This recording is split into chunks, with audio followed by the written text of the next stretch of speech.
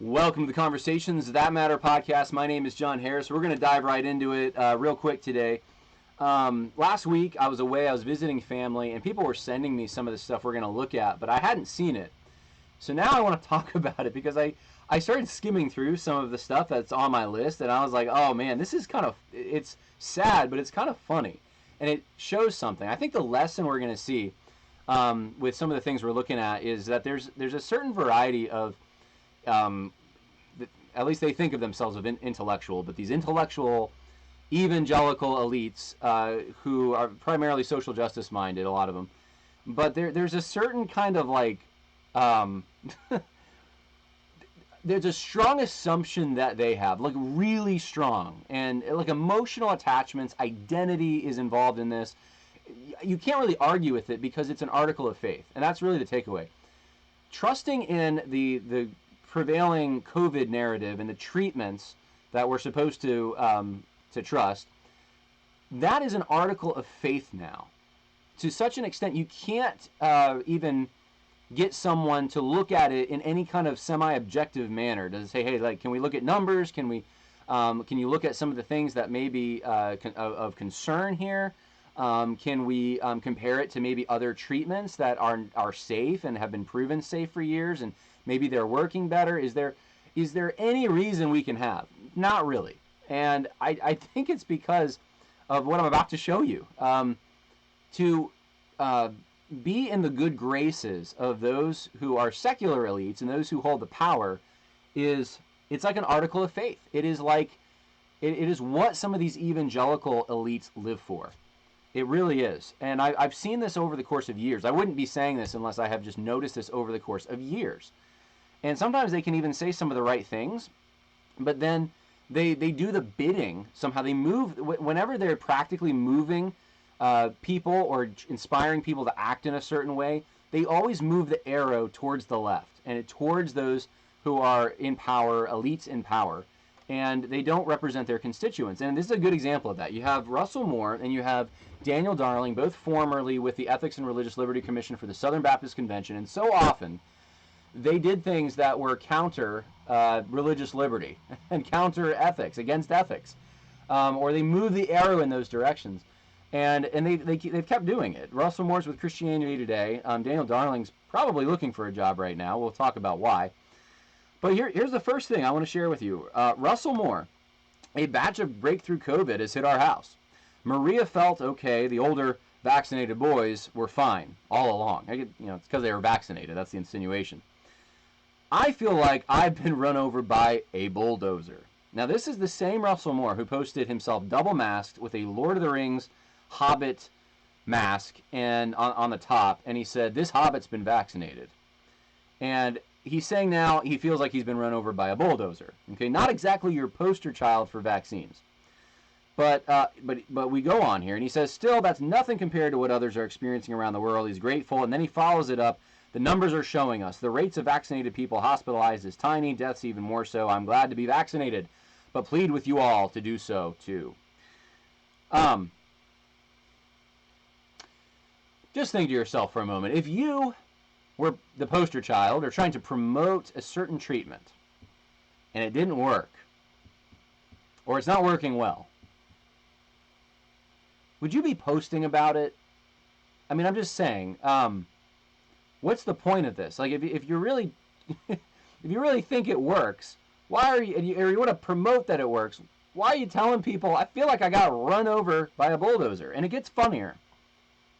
So you start scrolling down this, and you start reading the comments, and you start coming up with these thank you for having the wisdom to get vaccinated. I hope more evangelicals will follow your example. You want them to be feeling like they got run over by a bulldozer? Here's the thing. The assumption is, well, it would have been so much worse if I didn't get the treatment. If I didn't get that shot, man, I would have been dead. And how do you reason with that? It's an article of faith at that point. There's no disproving it, because no matter what happens, no matter what bad thing happens, it could be the result of the shot.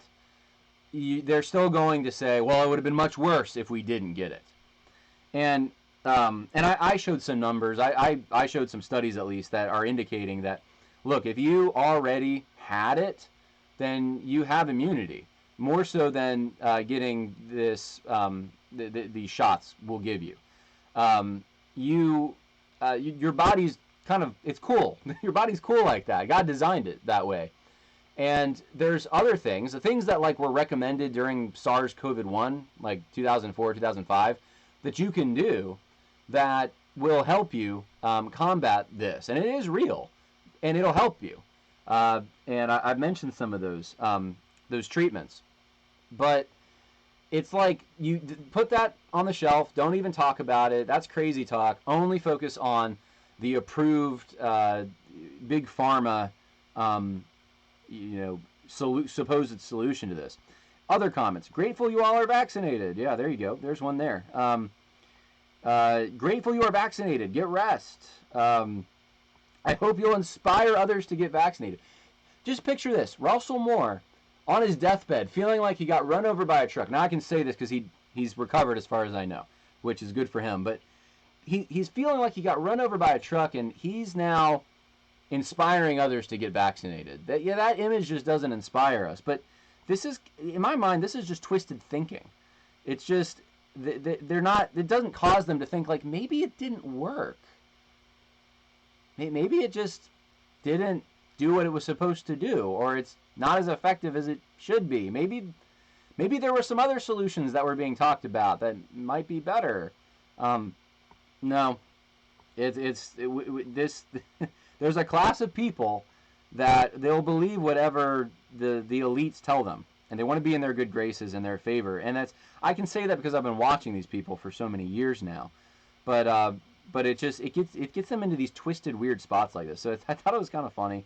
Thought I'd share it with you. All right, let's watch this. A little bit of it. I don't know if I want to go through this whole thing. This is kind of becoming controversial. This guy, Daniel Darling, who used to be with the ERLC, was the senior vice president of communications for the National Religious Broadcasters, and now, well, okay, he wrote this article for USA Today called "Why, as a Christian and American, I Got the COVID Vaccine." As an American. And basically, I'll read for you. He says, we can't trust anyone, basically, but in spite of this, he trusts the vaccine. And it's discovering the technology is one of the most amazing feats in modern history, and many Christians worked on it. And he doesn't want to see anyone else die from COVID. I guess the implication is if you don't get it, that's what's going to happen. Our family has lost too many close friends, even their piano teacher. And as a Christian and an American, he's proud to get it. And so this is all, this is playing on identity and emotion. It's emotion. It's all emotion. It's look at these people who designed it. Some of them are Christians. Okay, you feel kinship with them because of that. There's an attachment there. Relatability. And then, in addition to that, hey, look, it's a great breakthrough, amazing innovation that we've come up with, and it should just inspire you as an American. I mean, there's no real talking about testing, numbers, potential side effects, other treatments, none of that. And that's what we're missing in this whole thing. So anyway, he goes on Morning Joe. This is a very liberal show on MSNBC. And you think, I always say, you think this is the time that give them the gospel, right? This is the time. But let's see how this shakes out. Talk about your faith and the role it played in you making that decision. Well, I think there's two things to think about. I think one of them is this idea that we are to love our neighbors. And one of the things we do when we get a vaccine is we not only protect ourselves, but we also do our part in keeping our part from spreading the vaccine or spreading the virus and hurting our neighbors. Secondly, I also think the way to persuade people to get a vaccine is not going to come top down. It's not going to come from sort of elites, but it's going to come from people closest to people, their doctors, their pharmacists, their pastors. As I said, there's a great deficit of trust here in this country. Much of it is earned because our institutions have failed us in many ways. And yet this is one area where I do think we can be confident that the vaccine works. It has had rigorous protocols. It's a uniquely American success story with our companies coming together. And we've had a bipartisan push on it. President Trump help shepherd this vaccine through, and then President Biden is helping us to get the vaccine out. And so I really encourage folks. I don't shame anyone into getting it. I know it's a very big decision to put a foreign substance into your body. It's all new. But I do encourage folks to talk to their doctor and really consider it, just because we just don't want to see anyone else unnecessarily die of this lethal virus. Okay, a few things there that I just wanted to comment on. He doesn't shame anyone into it, but yet he's doing this because he loves his neighbor. He doesn't want to see anyone die. He's convinced that this is positive and it works, and so I don't know what you're supposed to feel about that if you didn't take it. He also says that it's elites.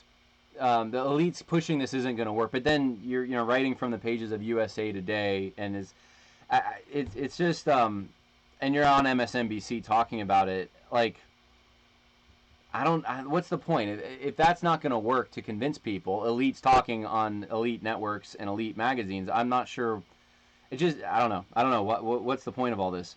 I will say this: could it be that Daniel Darling? I mean, I don't want to start a conspiracy here, but is it possible that maybe he spread the COVID to Russell Moore, who then got it, despite the fact that they both got the shot? I don't know, but I don't have anything to back it up. But neither do they on a lot of things they say. So I feel justified. All right, let's go a little farther with this. I don't want to go too long because I got to keep this short. But let's just see what else he might have to say here.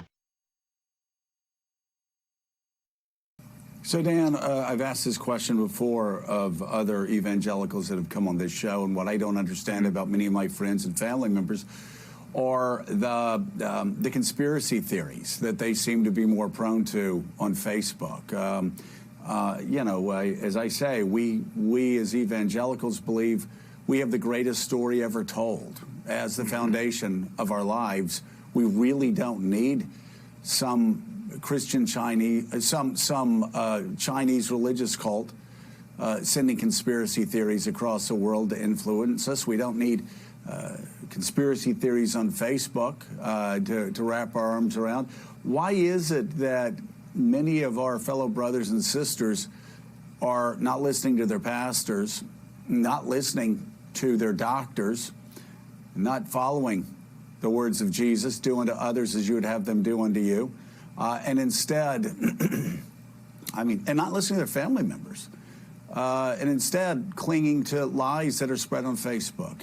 What explains this? It's deeply disturbing to me. What explains that people of the evangelical faith especially? Well, I do think actually there's some good news.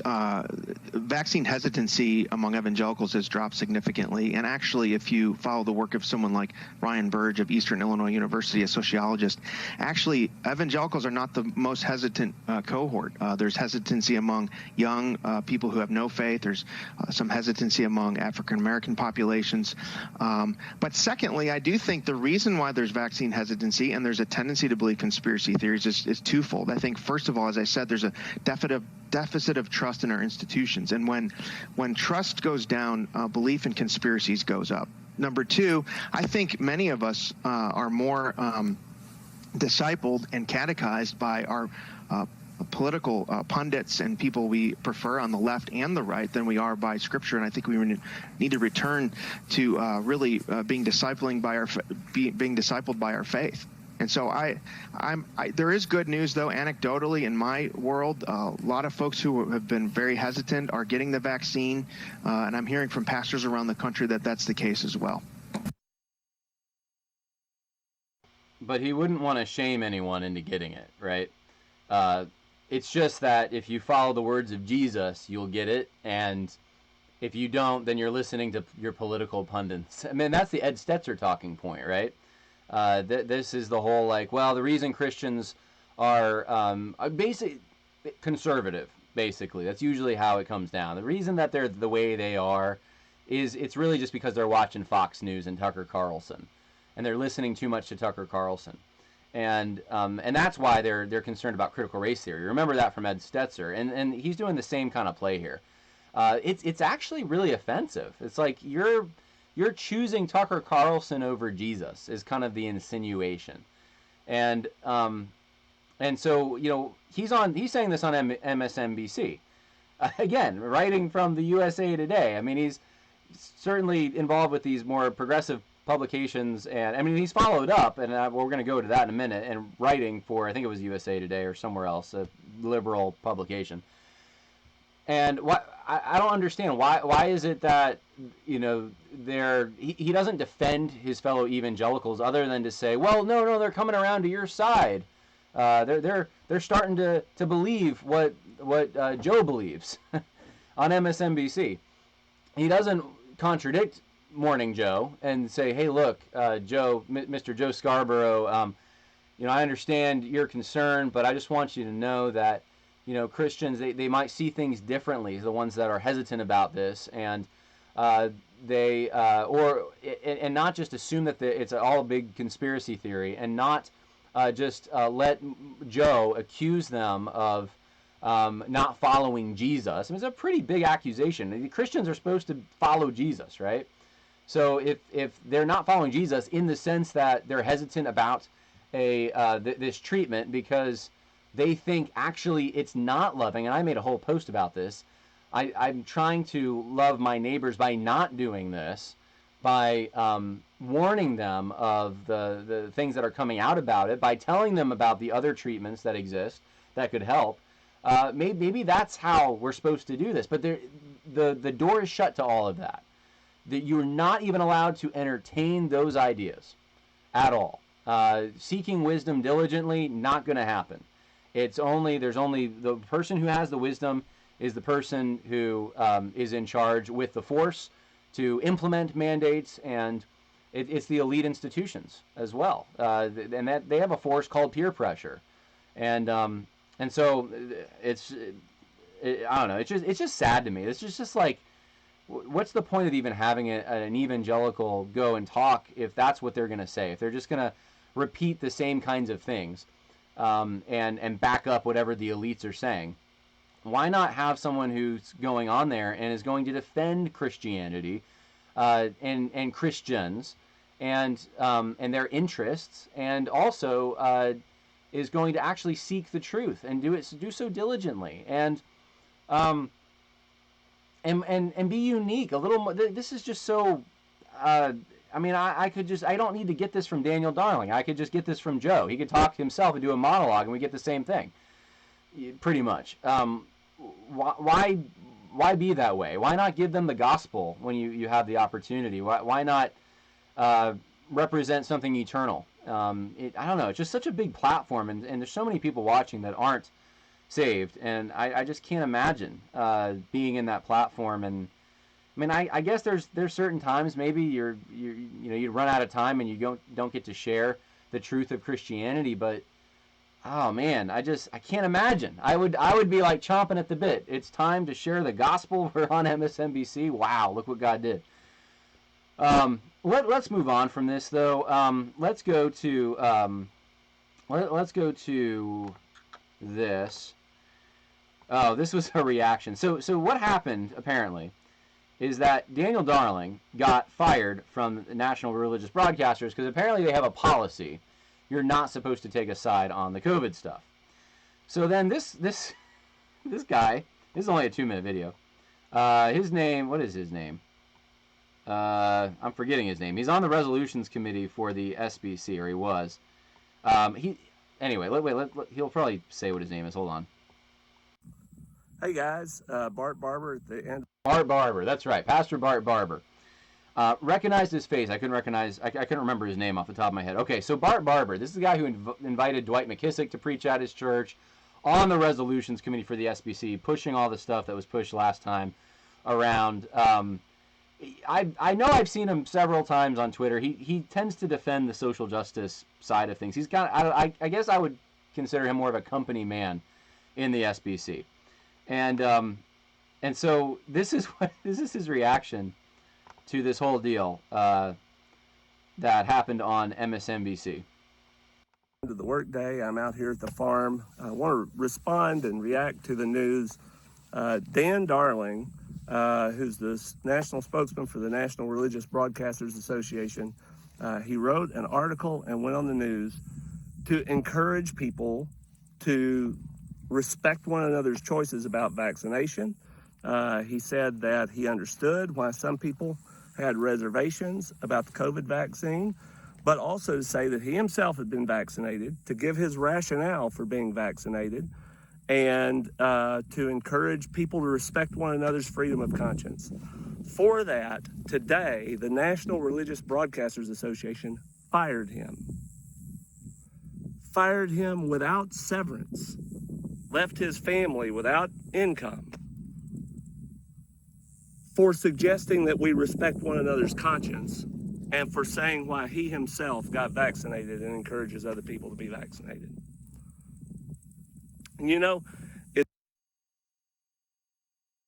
I'm going to stop it right there and say, really, that's the message that he was saying? That really was his thrust, to respect one another's conscience? No, I don't think so.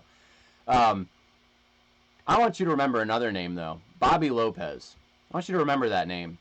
Some of you might, who've been following this channel for a while, you know that name because Bobby Lopez was fired from Southwestern Baptist Theological Seminary.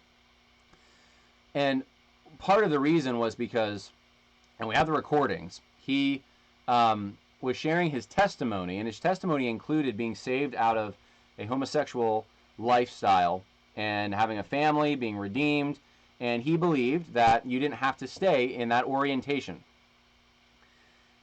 And where were the Bart Barbers of the world at that time? Or how about the Russell Moores? Russell Moore also commented on this. A bunch of people commented. I haven't gathered them all to show you, but we're just appalled that Dan Darling would have been fired for breaking the policy. And yet you have a man like Robert Oscar Lopez who, for a much more serious, much more related to Christianity reason, was let go of an institution in a much more disturbing manner, and no one lifts a finger. No one thinks that's crazy. It's amazing to me. It really is, and it shows the utter hypocrisy. The SBC can't be saved as a denomination when it's people like this who are running it. The pressure only runs in one direction. If you're on the left, then you have immunity in the SBC. You got to be pretty far left to get any kind of criticism. It's almost impossible to be criticized if you're on the left in the SBC, and you at least say, even if you lie about it, you say that you agree with their statement of faith. But if you're on the right at all, and if you just aren't a company man, if you just decide, you know what, I'm sharing my testimony, and my testimony includes being saved out of a homosexual lifestyle, my testimony includes that I believe, and Scripture teaches in my mind, that you don't have to stay in that lifestyle, you don't have to have those desires, and I'm not going to ask for permission to share my testimony. That's unreasonable. I'm a professor at a university, and you get fired for it. Now that no one lifts a finger for that, doesn't really seem to matter. Russell Fuller, doesn't seem to matter really what happened to him. Doesn't seem to matter if someone disparages people at Founders Ministries. Doesn't seem to matter if Vodi Bakum is raked over the coals. He's not even SBC really. John MacArthur could be part of that too. They're not really SBC, but Paige Patterson, I mean, we saw what happened there. I mean, there's all the grace in the world for the Hannah Cates, right? For the Dan Darlings, for the Russell Moores, for the Walter Stricklands, for the Jarvis Williams, for the Danny Akins, for anyone that's pushing the left, the envelope towards the left. All the grace in the world, all the understanding. But when it comes to conservatives who want to actually take a stand, and they actually are taking a stand and saying, I'm standing on the Word of God here. Not talking about a COVID vaccine. Not talking about something else. I'm talking about something directly related to what the Word of God says. There's no one there to support them. I'm telling you, this is, for a lot of people in the SBC, this is kind of the environment that they live in. And this is just another example of it. And so I just wanted to expose that and just say, where were you, Bart Barber, when Bobby Lopez was fired and Russell Fuller was fired? Where were you? All right. Do I want to finish this video? No, I don't think I want to finish this video. I don't think, well, should we go on? Yeah, let's go on just a little more. Just a little more. It's really not even about Dan. And fundamentally, it's not even about COVID or about the vaccine. It's about the fact that, I mean, when I respond to this, I can't help but think about the work that pastors like me are doing all across this country to try to keep our churches from being divided over the question of this vaccine and this disease. We're working constantly to try to get members of our churches to do just what Dan said. Feel free to have opinions, feel free to articulate them, but respect one another's freedom of conscience. And it's all the more difficult to do that because some of these religious broadcasters are filling our church members' heads full of lies and conspiracy theory crap that causes them to come into our churches and fight with one another. I'm not going to finish this. This is, what are the source of quarrels among you? Quoting from James. It's conspiracy theories from religious broadcasters on the right. That's what it is. I mean, if you want to talk about, this is the absurdity of this. Absolutely absurd. And he doesn't even see it. And it should be angering for those in the SBC. I mean, that you have guys like this on your resolutions committee. He's accusing, he's actually pointing the finger, and he's not even naming names. He's just saying that there's these religious broadcasters out there promoting conspiracy theories. And they're the ones causing division. Yet he can't even look himself in the mirror and realize in this moment, as he's doing this, Bart Barber's causing division. Bart Barber is saying a whole class of people who listens to whoever these religious broadcasters they're the ones guilty of division. So he's making a division in his mind between those who are causing division, he thinks, and those who are opposed to division. And supposedly, Dan Darling he's opposed to division, even though he insinuates and goes along with Joe Scarborough saying basically, they're not following Jesus because they don't have the vaccine. Apparently that's not causing division. But what causes division are people who are skeptical about it, and rightfully so. It's disgusting. And what he's talking about is absolutely true. That him and other pastors, they work so hard to keep their churches together. And that's the problem. They're working so hard to try to keep their churches from splitting instead of pursuing the truth. I don't want churches to split, but you know what they have to be united around? The truth. Yeah. And are there secondary issues out there? Are there things that you can disagree on? Yeah. Is this issue with the mandates? Because we know when we talk about this treatment, we're not talking about the treatment. We're talking about mandates. We're talking about a whole host of other things that are coming in. Whether or not this is a plan to bring in socialism or single-payer health care, or to create two classes of people, to take away civil liberties, to restrict travel, to poison people potentially, to make people possibly infertile. Some people think that, and some people, and they're now our scientists starting to say that and I can give you even names of some of them. I have a list, but who are starting to say that this could cause some of these things. You're not talking about just a mandate, and that's what you got to realize. That's what's in people's minds, and you have to navigate this. You have to acknowledge those things. If you want any kind of unity, you have to acknowledge that these are actual issues that people are facing and trying to grapple with. And as a pastor, if you want to apply the Word of God, you're going to have to seek wisdom. You're going to have to understand a little bit about what this stuff is. And rather than just saying peace, peace when there is no peace. There's a theological thing going on here, guys. This isn't just a medical thing. I just hope you realize that.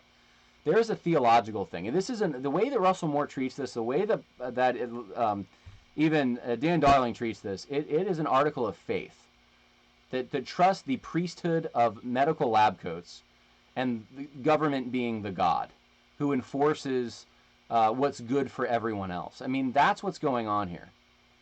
And if you don't see that, there's another religion that's forming right in front of you, a state religion, and it does compete with Christianity, then you're not going to accurately be able to navigate this issue.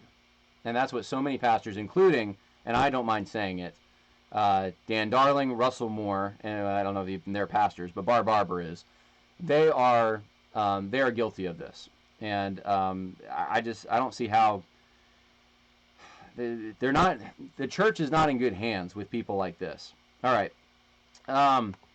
Is there anything else? Oh yes, Dan Darling wrote in the USA Today a follow-up, and I was going to read it, but I don't know if I have the stomach for it right now. He's just calling for unity. And it's like these guys, today we live in a polarized nations, and they want to transcend the divide. They all act like they're above the divide. Have you ever noticed that? They always posture themselves as if everyone's just fighting and they're the adult in the room. They're not fighting. They can see everything from a bird's eye perspective, whereas you're the moron. You're the moron who doesn't see the full picture, and that's why you're fighting. And if you just knew the full picture, but meanwhile they don't have a clue. They're just following what their marching orders most of the time. And then they call for peace when they're on the ropes.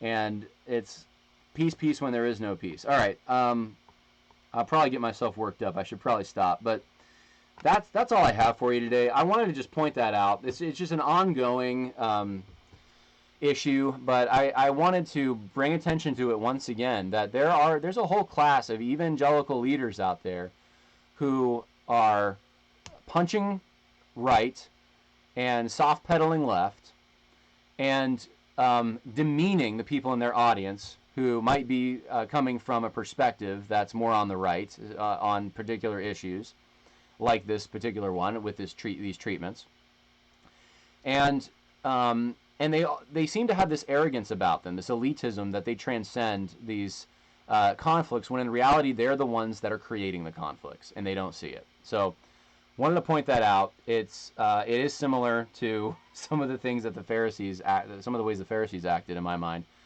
and I've said before, in the book that I have coming out, I have a whole section comparing the social justice-minded evangelicals to the Pharisees. There's a lot of, it's a serious charge, and I stand by it, because there's a lot of parallels there.